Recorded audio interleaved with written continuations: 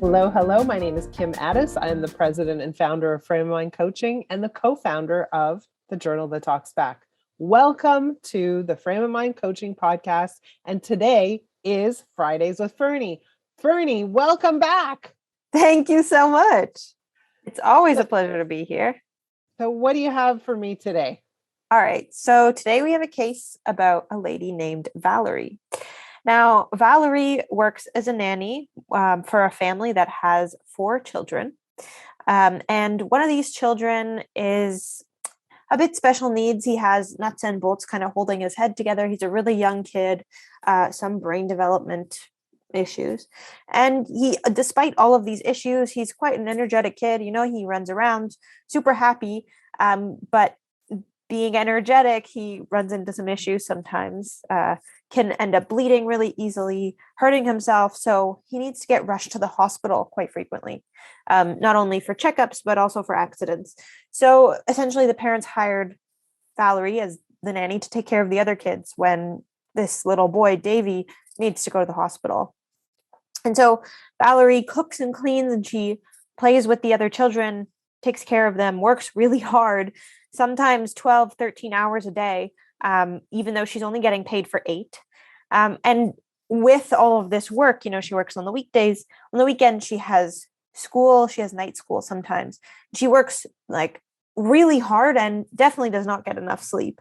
But so the issue is that the parents are very, very specific about the way they want things. And she does everything to the best of her abilities. And they're strict about the way that they teach their children. And so if Valerie kind of steps out of exactly their line, for example, she tried to teach Davy sign language because he doesn't speak super well. And the parents get mad, you know, they're very specific and they're not very supportive with her. And so many people have tried to convince her to quit this job. But, you know, when she was younger, she got abused and was very lonely as a child. And she doesn't want to abandon these kids, and specifically the other 3 who don't really get that much attention. And so, you know, she's in a bit of a tight space because she doesn't want to quit. She doesn't want to abandon these children. But she's not having the easiest time with the parents. So what advice do you have for Valerie? Okay. I have a question. She's going to school at the same time. Yeah, working part-time Okay, school. so how does she manage that? She doesn't really sleep. She doesn't sleep, but like when she has class, let's say when is her class during the day, she takes her class and the parents kind of know she's doing that, right? Yes. Yeah, online. So when she's online and taking her classes, she's not taking care of the kids. No, she can't. She can't. Okay. So here's the thing is when people feel trapped, because she feels trapped, it sounds like, and she feels trapped between kind of a physical reality of here's my life, right? I'm taking care of these kids. I'm going to school. I'm not sleeping much. So the reality, and she's trapped between the reality and her beliefs about what she can say, what she can do, and what's possible. Okay. So right now she feels like I don't have any options. Leaving is not an option. I'm not leaving these kids behind. And I have to do it this way. This is the only way through because I've got to finish my school and, you know, I have to stay all these hours, etc. And so what we really want to do with Valerie is help her to feel, when we feel trapped, we feel like we have no options. And what we want to do is we want to address that. We want to address the feeling of I have no options. And what we want to do is we want to look at the belief she has that causes her to feel stuck. So for example, we would start off with, if you're getting paid for 8 hours, why do you work 13 or 14 hours a day? And to me, there's like a little bit of an interesting dynamic, which is she actually does go to class. So in that 1 hour that she's not in class, she's not with the kids, she's not serving the kids, she's not doing that. And so it's possible, because she's already created that, for her to walk away for more hours. Right? So what we want to do is always start off with what is possible. So we might say, hey, how many classes are you taking this semester? She might say 2. And we might say, hey, would it be possible theoretically to take 3? Theoretically. And why do we say theoretically? Because if it's possible to take 3 and take that 1 extra hour, then it's also possible to work 12 hours instead of 13 hours a day. Do you see what I'm saying? Yeah. Right? So what we need to do is not necessarily give her tactical solutions. We need to help her budge her mind, right? Help her move her mind in terms of what is possible. And right now, she feels like she's in an impossible situation. And so if we agreed to certain terms, which is, I'm not leaving this family, I want to stay with these 3 kids, what we would want to do is say, in your ideal situation, in your ideal world, in your ideal world, how would this look? And she might say, well, I'd work 8 hours a day. And in those 8 hours, I'd be with the kids and not with the parents. Right? So right now, she's not thinking about her ideal situation. She's thinking about what she's stuck with. Yeah. Right? And so what we would do is we would say, okay, like, let's create the ideal situation. And then let's look at the beliefs that are preventing you from implementing that ideal situation. And what do you think those beliefs are? The beliefs are, well, who's going to take care of these kids when I'm not here? The beliefs are something like, I don't want to leave them behind. The beliefs are, I feel bad for the parents and Davy. The beliefs are, I don't know what the beliefs are, right? We'd have to extract them. There's nobody else. I'm the only one who could do it, et cetera, et cetera, et cetera. And what we want to do is say, hey, let's look at each one of those individual beliefs and push back on them a little bit.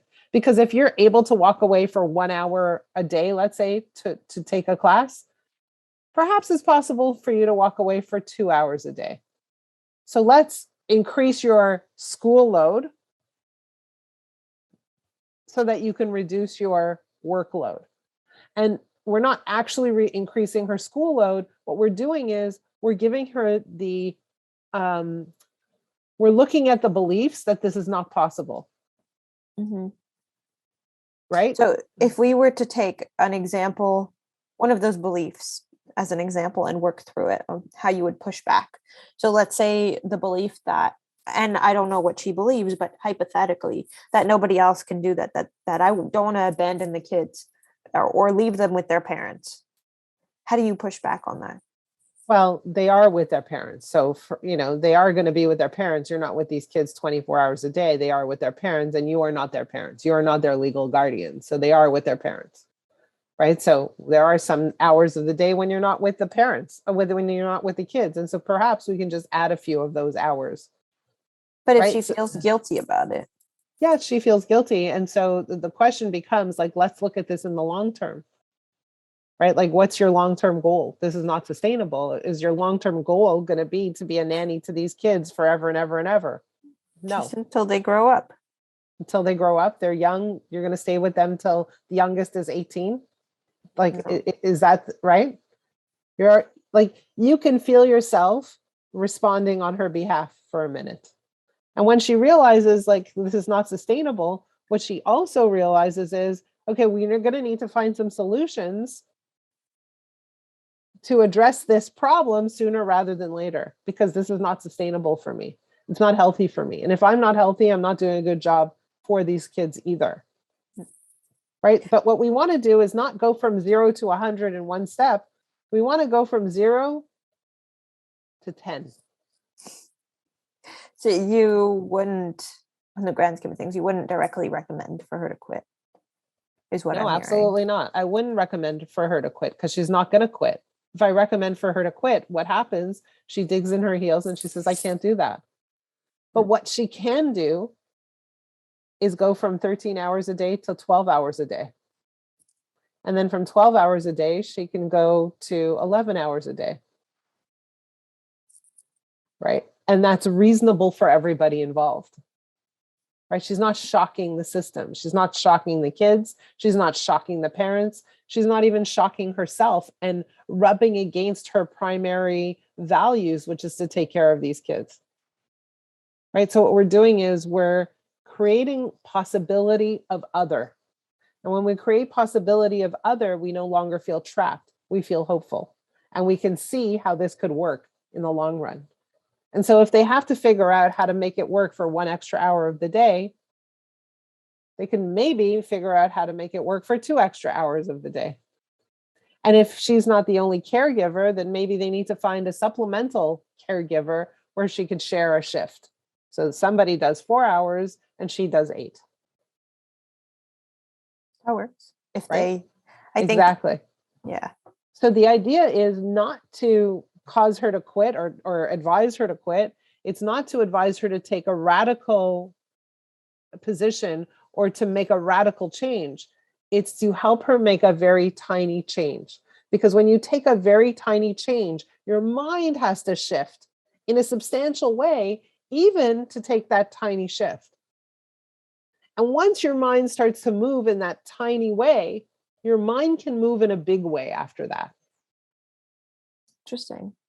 So if you were to give Valerie, an elevator pitch, 30 seconds, what would it be? The elevator pitch, I'm not sure I love that term, but okay. The 30-second piece of advice is, let's look at how we can reduce your shift by only 1 hour. Nice. Right. Short and simple. Very short and simple. And it seems to be like, well, that doesn't solve the problem. It doesn't solve the problem, but what it does is it helps her to change her mind about her obligations, about what's possible, about solutions, about how she feels a sense of guilt and entrapment. Awesome. Thank you. Interesting. 100%. Interesting. Many of us often feel trapped in situations that we feel like we have no choice, like we have to be there. And we feel trapped in situations that are not necessarily healthy for us and where we feel like there is no out. And what I often say is sometimes all we need to do is shift things just a tiny bit to start to see an out so that we can see a massive out. Like, I'll give you an example. Before COVID, I was traveling all the time for speaking engagements. I was exhausted, but I didn't see an out. COVID hit, and suddenly there's a lot of out, right? Now I'm doing all my presentations virtually. And so that's a radical change. But you see, before I couldn't see that doing virtual presentations was even an option. Clearly, it's an option. But think about what's the one small shift you can make that will change things just a little bit, but provide you an opening for more change after that. It's good advice. It's interesting because, frame mind coaching is all about helping you think differently in order to achieve radical results. And people think that they need to change their thinking radically in order to get radically different results.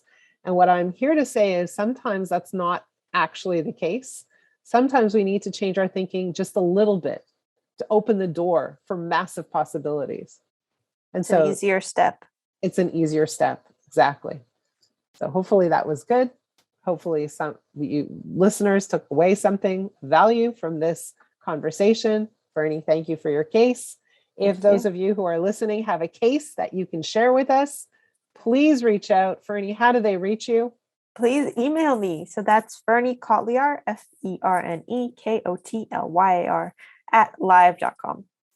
Amazing. And if you haven't heard yet, we've just launched a new coaching service for young professionals. It's called The Journal That Talks Back. You are assigned to a coach. You get to journal as much as you want with your coach. You can journal once a day, 6 times a day, once a week. It doesn't really matter. Your coach will read and respond to your journal within 24 hours. It's incredible. Please check it out, thejournalthattalksback.com. And if you want to talk about coaching, please reach out to me. It's Kim at frameofmindcoaching.com. We will see you next week. Have a great week.